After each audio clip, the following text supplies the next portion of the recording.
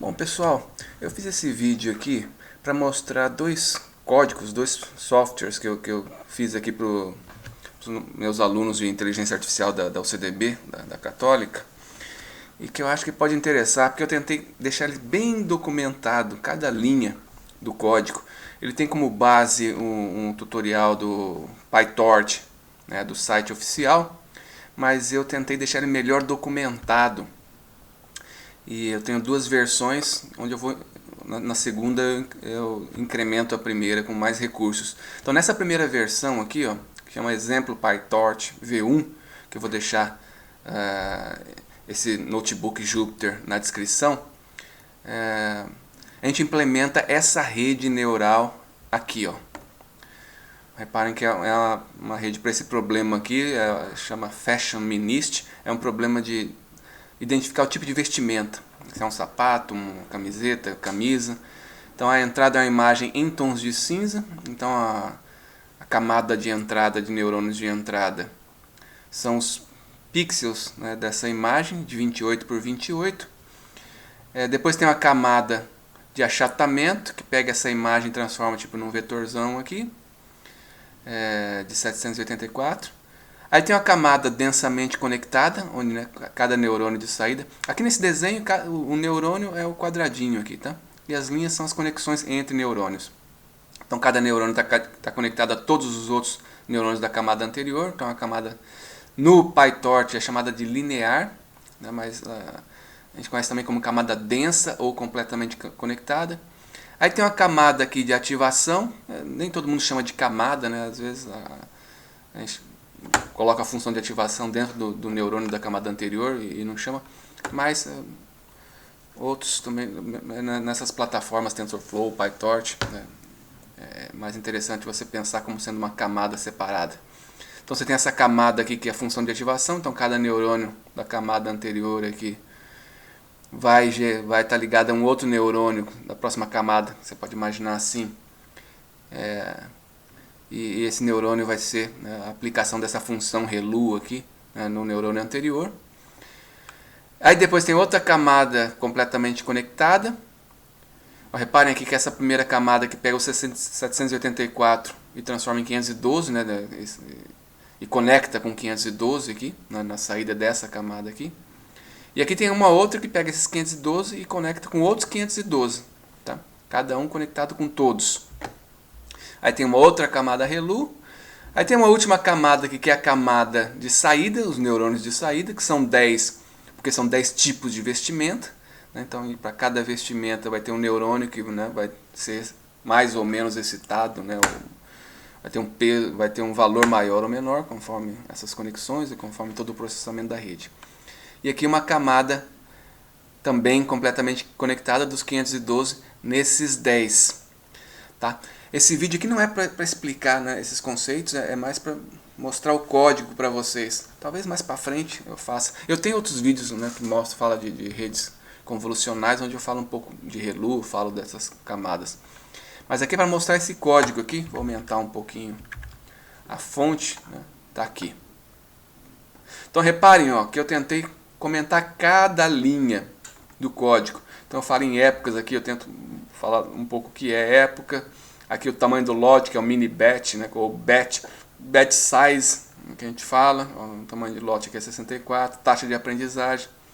E aí vai. Aqui eu estou carregando os dados, né, já tem uma função pronta para esse conjunto de dados aqui. Tem alguns conjuntos de dados, né, que no PyTorch você consegue muito facilmente usar, porque já está pronto aqui um método dentro do datasets. E aqui está, linha por linha eu vou documentando. Aqui eu estou carregando os dados para treinamento e para validação. Aqui tem essa função que na verdade vai pegar esses dados, essas imagens e conseguir pegar por lote. Né? Então você tem lá 6.000 imagens, 60.000 imagens. E na hora de treinar, você pega por lote. E aqui vai, ó. Então aqui eu tento mostrar em português algumas coisas também, tento passar para português.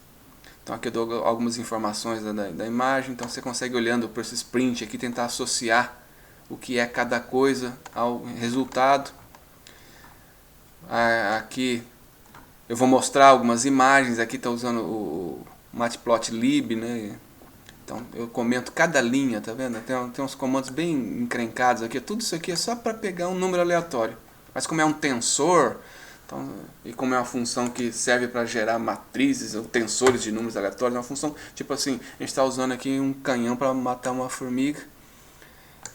Então eu tento documentar isso, porque às vezes o código é difícil de entender por causa de umas funções mais complicadas para fazer uma coisa simples, mas para deixar o código mais genérico.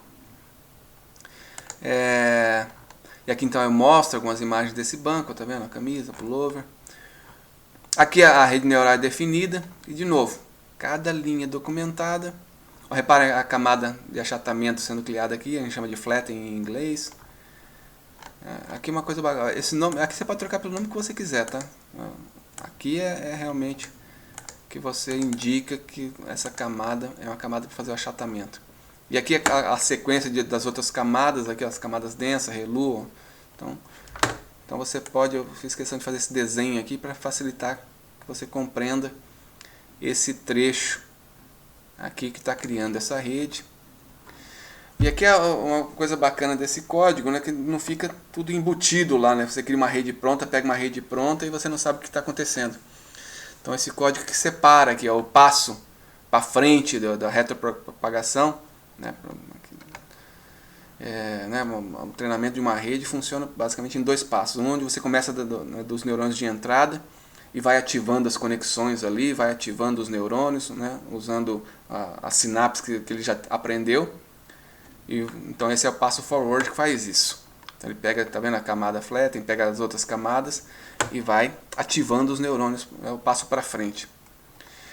E aí eu vou explicando essas coisinhas todas, né? Aqui eu crio o otimizador, que é o que faz a descida de gradiente. Eu tenho vídeos explicando alguns desses conceitos. Entropia eu tenho um vídeo explicando.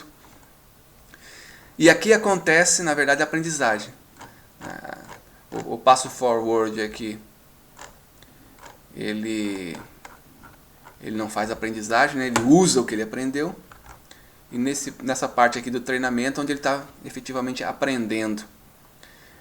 E aí eu explico, né, através dessas linhas aqui, o que está acontecendo. Tá, ele mostra algumas coisas. Na aprendizagem, né, para meio que testar se ele está aprendendo direito, sempre tem a validação.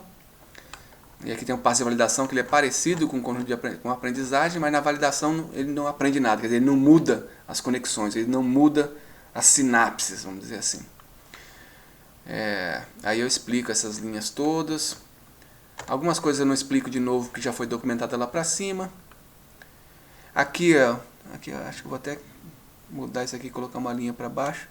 Nesse trecho aqui ele está simplesmente pegando... Porque ele aprende por lote. O lote tem 64, então ele vai pegar 64 imagens, né, e vai calcular gradiente, fazer aquelas coisas todas que eu não estou explicando nesse vídeo aqui. Mas aqui ele quer saber quantas imagens daqueles 64 estão corretas. Aí você vê um comando complexo aqui, mas aí é coisas do Python, né, que você consegue fazer um monte de coisa por um monte de número de uma vez só. Então, na verdade, aqui esse argmax aparece porque a gente tem 10 neurônios na saída, a gente quer saber qual é o que tem um valor maior, qual é o neurônio mais excitado ali, para você definir qual é a vestimenta. Então, por isso tem um argmax aqui que vai pegar o neurônio mais excitado e vai comparar com a vestimenta correta, que vai estar nesse Y aqui, qual é a vestimenta correta. Então, nesse passinho aqui, na verdade, ele vai pegar para 64 imagens, quantas estão corretas, e vai somar aqui, que a gente está guardando quantas são corretas, para depois mostrar uma informação de acurácia lá embaixo. Mas eu quero, depois, até quando você for pegar esse código, talvez eu tenha até adicionado algumas documentações a mais, para deixar ele mais fácil ainda. Então aqui eu defino essa parte do treinamento da rede. E aqui efetivamente a rede vai começar a aprender.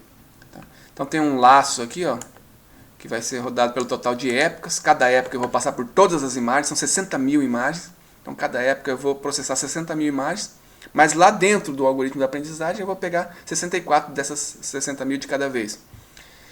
Aqui acontece o treinamento. E para cada época eu faço o treinamento, quer dizer, ajusto os pesos da rede, ajusto a sinapse. e valido, né, a parte de validação, que eu pego esses pesos aí e vejo como é que ela está funcionando. Aí calcula a acurácia para ver se ela está funcionando bem. Ó, reparem aqui, ó, que eu deixei em português, ó, na época 1. Ó, aqui aparece 6.400 porque eu estou mostrando isso aqui, essa linha eu estou mostrando a cada 100 lotes. Cada lote tem 64, então a cada 64 mil imagens eu estou mostrando a função de perda aqui. Então você pode ir mexendo nesse código aqui, vai fuçando nesse código. Se você não quiser mostrar a cada 100, você troca aqui. Mostra a cada 1000, sei lá, a cada 10 imagens, a cada imagem. Então é um código para você ir mexendo e troca as épocas, ver o que está acontecendo e vai olhando para cá. Tá vendo? Mostra o total de acertos, total de imagem processada, a perda, a média. Então eu tentei deixar bem, com muito print aqui das coisas, para você poder comparar depois. Aqui eu estou salvando a rede, aí treina a rede e no final a gente mostra algumas imagens depois da rede treinada no conjunto de validação mesmo. Reparem que nesse exemplo eu só tenho dois conjuntos, treinamento e validação. Para resolver um problema real mesmo, você tem que ter um terceiro conjunto que é um teste, que ele não vai usar durante o treinamento nem nada. Na nova versão eu tenho isso. Então reparem aqui, ó, mostrando cada pedacinho, pegando o valor que a rede previu, né, e qual é o valor real. De novo aqui esses códigos usando o Matplotlib para mostrar. Aqui ele mostra, tá vendo? Camiseta, foi camiseta, pullover, acertou, aqui ele errou um, ó, tênis e sandália. Aí você pode ir pegando os códigos, tá vendo? Aqui esse pedaço do código aqui. Como tem esse print aqui, você vai poder associar uma coisa a outra. E aqui mostra na própria imagem, ó, camiseta, tênis. O que ele errou aqui mesmo? Ó, camiseta. Ó, tênis ele falou que era sandália. Não, o real era sandália, ele falou que era tênis. Não, então, aqui ó, é uma sandália, ele falou com tênis. Então essa é a versão 1. E aí eu fiz uma outra versão. Eu peguei esse tutorial aqui e implementei algumas coisas mais sofisticadas. Como parada antecipada, quer dizer, se você pode botar 200 épocas, e aí quando parar de melhorar, ele para de aprender, em vez de rodar as 200. Então, tem essas coisas. Aqui eu faço a leitura do conjunto de teste. Eu bolei um conjunto de teste pegando imagens da internet e criei um conjunto de teste que tem as imagens gravadas. Então reparem aqui, o treinamento e a validação continuam igual, mas deixa eu mostrar onde eu mexi nesse código aqui, só para vocês fazer a propaganda aqui do que melhorou. Aqui continua mais ou menos, então continua tudo igual aqui, não mexi nada aqui. Aqui eu comecei a mexer, aqui eu estou usando o TensorBoard, que é um negócio para mostrar alguns dados da aprendizagem. Tá? Tipo a função de aprendizagem, daqui a pouco eu mostro lá embaixo. Então eu mexi isso para poder usar o TensorBoard, mexi nesses pedaços. Aqui eu mexi bastante, aqui é onde eu faço a parada antecipada. Aqui são variáveis que eu criei para fazer. Aqui eu estou guardando informação para o TensorBoard me mostrar algumas coisas. Continua as épocas aqui tudo igual. Vamos descer um pouco. Aqui, ó, tá vendo? O TensorBoard. Isso é legal pra caramba. Ele vai guardar algumas informações de log e aí você pode ver aqui a acurácia que você tava. Tem a acurácia no treinamento, a acurácia na validação. E aí você consegue mexer. Aqui é que eu rodei várias vezes aqui, então você consegue mostrar só da última vez que você rodou, da vez anterior. Então dá pra você brincar com esses dados aqui. As imagens, não sei se eu tô pegando aqui. Não, eu não tô salvando as imagens nessa versão. Aqui de novo salvando a rede. Aqui no final tem uma parte bacana. Tá vendo aqui, ó? Aqui eu deixei os dados que eu peguei da internet. São 16 imagens que eram imagens coloridas. E eu peguei da internet, baixei. Aqui esse pedaço que vai baixar as imagens para você na sua máquina virtual do Colab aí. E eu vou rodar um teste agora no conjunto de teste. Não vou usar a validação. É um conjunto diferente que não é do Minist lá. E aqui tem um monte de coisa bacana que eu vou ter que processar essas imagens. Eu estou usando essa função ImageFolder. as imagens estão organizadas numa pasta. Deixa eu ver se... Eu teria que rodar de novo aqui para ele baixar as imagens, né? Só que você clicando aqui, a hora que você estiver no Colab, você vai poder entrar nas imagens e ver como é que elas estão organizadas. Basicamente tem uma pasta para cada tipo de vestimenta, né? Calçado, eu botei umas imagens lá. Então se você quiser testar isso em mais imagens, você vai mexer por aqui, ó, né?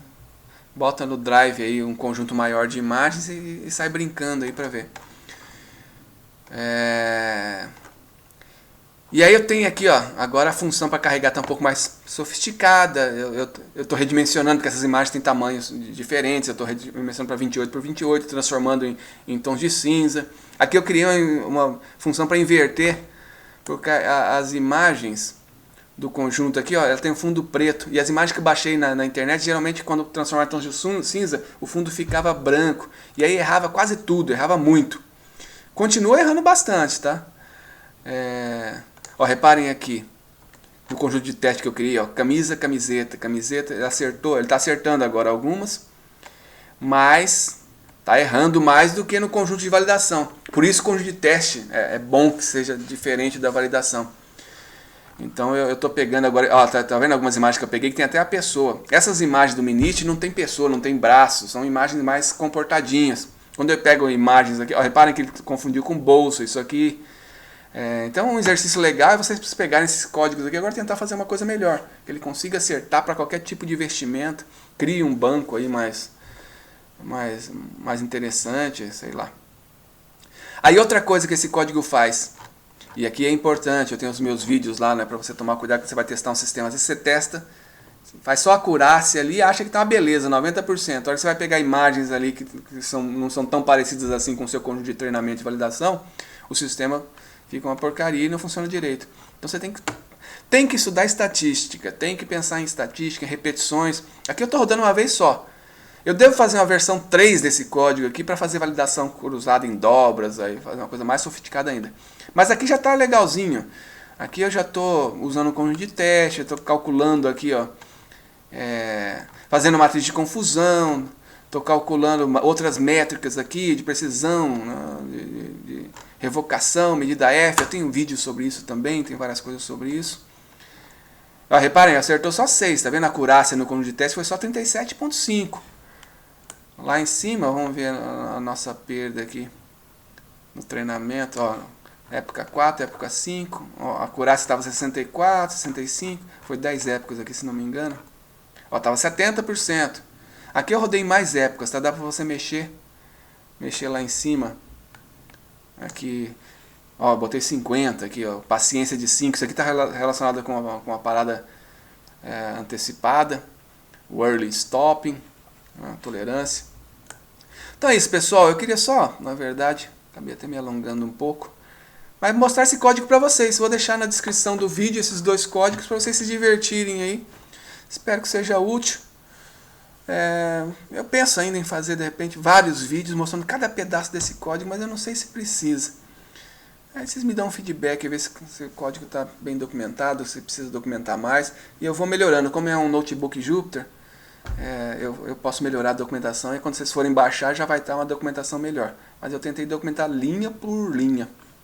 É isso aí, galera. Até a próxima.